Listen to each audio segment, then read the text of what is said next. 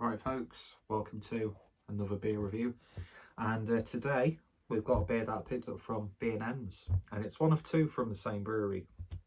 And I was going to do like a live review looking at both of them, but who's really going to be interested in watching that? So yeah, I was initially actually going to review the like the habanero imperial stout from Rivington, but don't really want to risk waking up with it.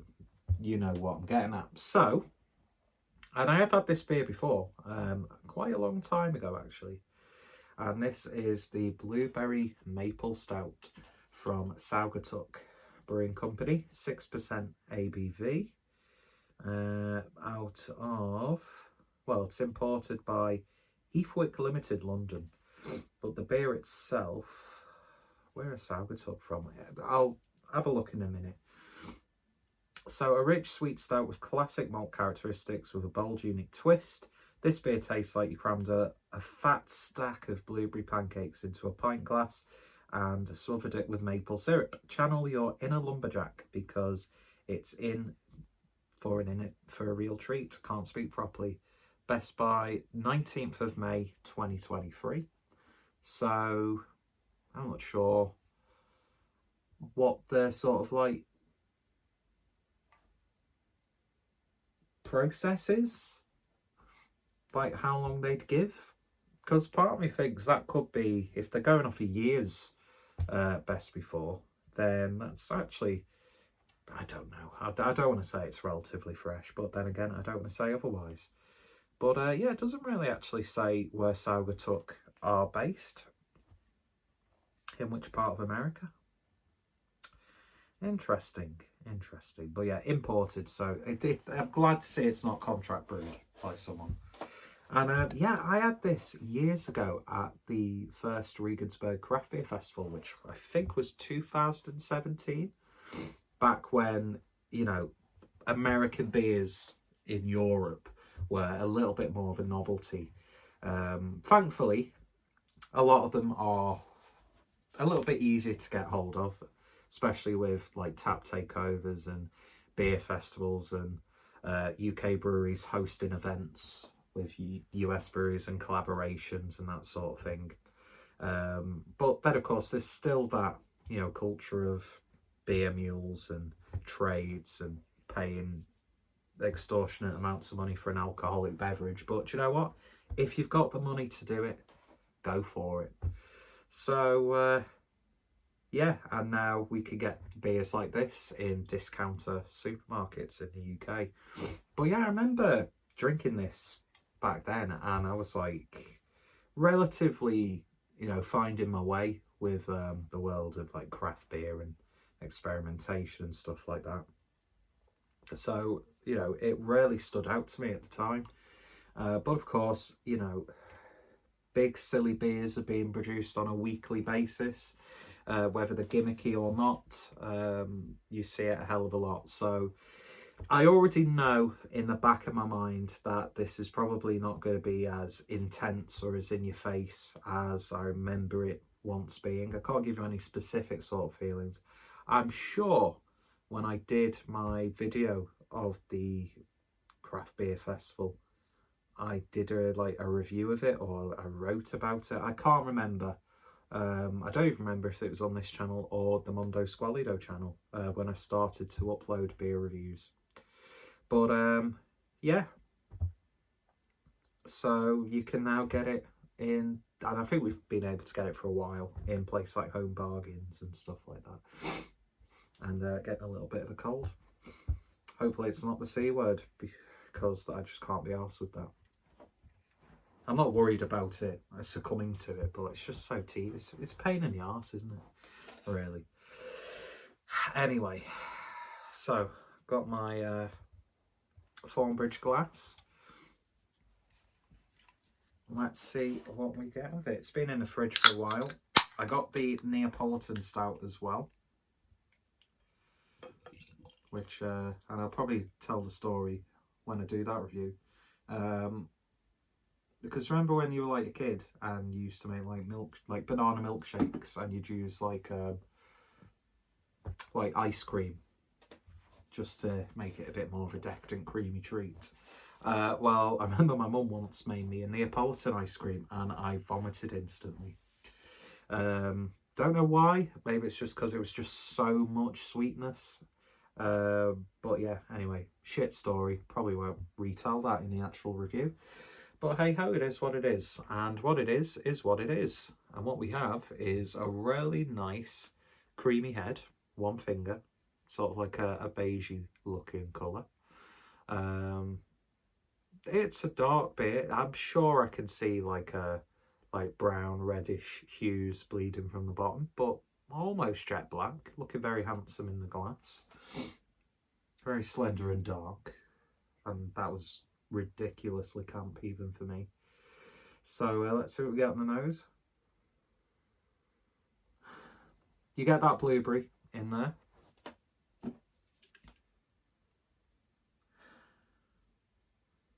Doesn't specifically say, it's really quite vague with the specifics in terms of the ingredients.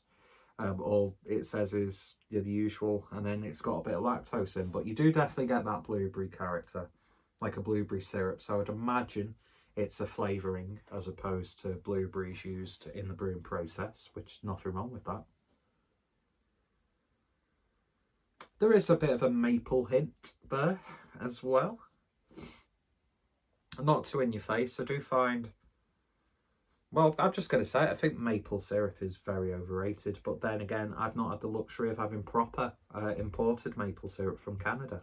The only time I've ever had that was from a beer from a brewery in Scotland. Can't remember what they were called. It was a really like low, like a small scale operation. What are they called? Can't remember. Dead End Brewing or something like that. And they actually, the guy or the people involved, or the woman, I don't know who was involved. I feel like a prick by instantly saying guy. Involved in that brewery, like, went to great lengths, because it was like a barrel-aged stout as well, and actually went to great lengths and expense to bring those ingredients over. And that was good. But yeah, I just find maple syrup to be a little bit overrated.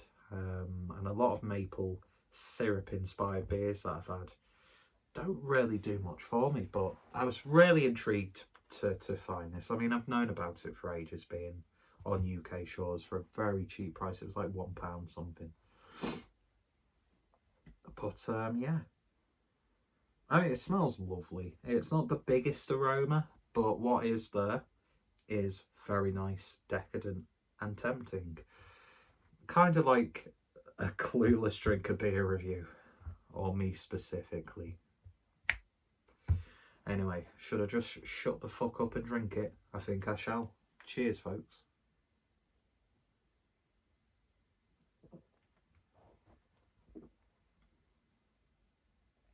Oh yeah, that blueberry flavouring definitely coming through. Definitely, it's even got like that sort of like, you know, when you sometimes bite into a blueberry or like a raspberry, strawberry, and there's that little one tangy one. I'm getting that sort of sensation there.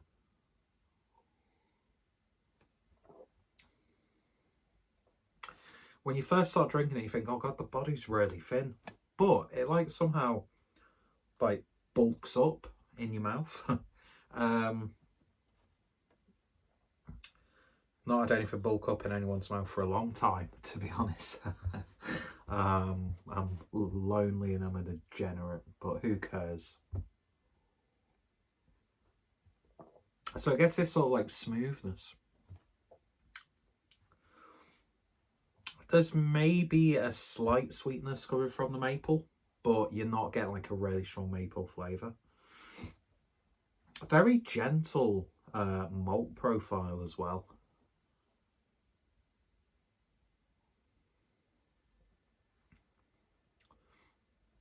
A little bit of cheap chocolate coming through.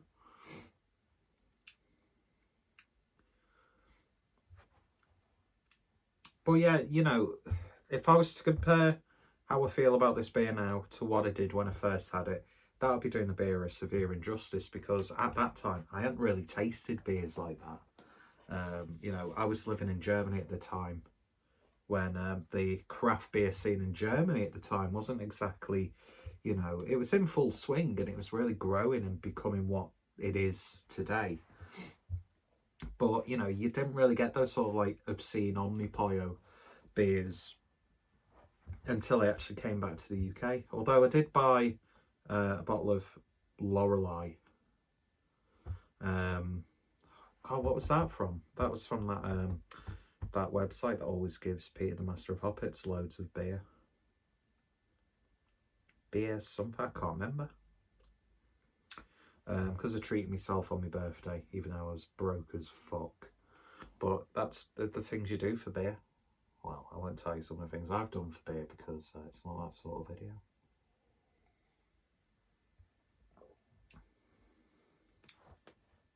So, you know, at that time, I'd never really drank anything like this. So naturally, you'll try it and it'll be like, whoa, what is this? This is insane.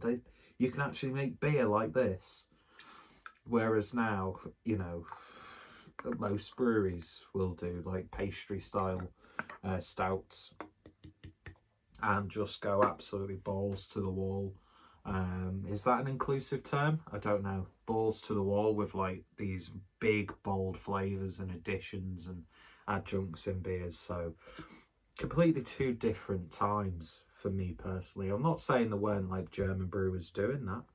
I'm sure there were, but you know, with the purity laws and that sort of quite strict, well, not strict, that's not the right word, but you know, not too many people were sort of like getting access to those sorts of beers, like big hoppy IPAs or the big fruited sours, which weren't really a big thing, I don't think, in Europe in general at the time. God, look at me trying to sound like I'm a fucking beer historian. I'm just a pisshead, quite frankly. I mean, that being said, it's blueberry pancakes, and it's nailed blueberry pancakes a lot more than some other beers in recent memory that have tried to go for that sort of blueberry waffle pancake sort of thing. So I think it's still a very flavoursome beer, very tasty, not too sickly sweet, which is good. I would, for the price, I mean, come on, I would happily pick up a few more cans of this.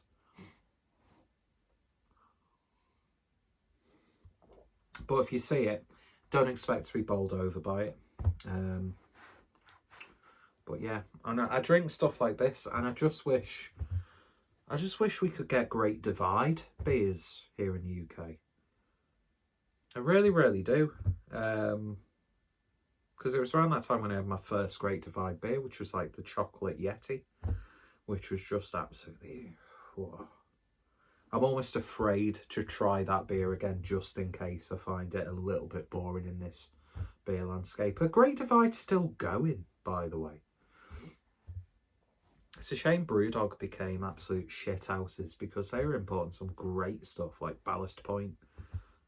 You'd always see in the fridge of Brewdog like a big bottle of a variation of Yeti from Great Divide.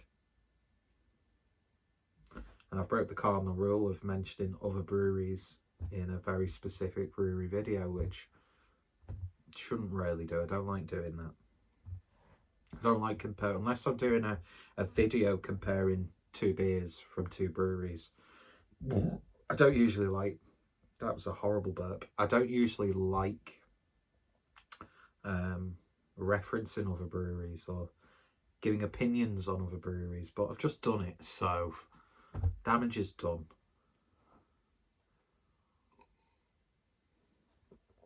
But yeah, even if I was to have paid a couple of quid more than what I did for this, I'd still think it was a good beer for its money. But the fact that you can get an American beer, and a really highly regarded American brewery as well, I'm not sure what the sort of consensus is nowadays, just because of the sheer amount of breweries in America and everywhere. so many choices, so many options, and you get so many like treats like this in the most unsuspecting of places. So yeah,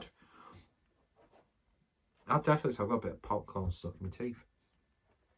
That's not what I wanted to say, but yeah, I think it's tasty. It's tasty, but it's not blowing me away as much as it did the first time.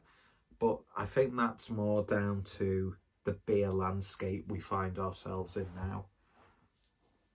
You know, where we're getting imperial stouts in UK supermarkets. I mean, who would have ever have thought that? I mean, to mention Brewdog again, when they had like the American IPA that they brewed for Tesco's, which I think was just like a rebadge of, was it Jackhammer? And that was like a high ABV beer. And people were like, what? No way you can get a beer that heavy. That's not fucking special brew. Unnecessary use of the F word there. But anyway, I've waffled on for way too long. I'm going to enjoy the rest of this. It's been nice revisiting it. And I would definitely pick up more. For the price that I paid, I'd be a fool not to pick up more. And I'm looking forward to seeing what the Neapolitan one tastes like. So yeah, if you've tried this, then of course, let me know your thoughts, opinions down below. What other beers from Saugatuck, if I'm saying that correctly, would you recommend? Are you a fan of the brewery? Usual sort of stuff. And yeah, thank you for watching. You all take care, stay safe, and I shall hopefully see you all later. Bye.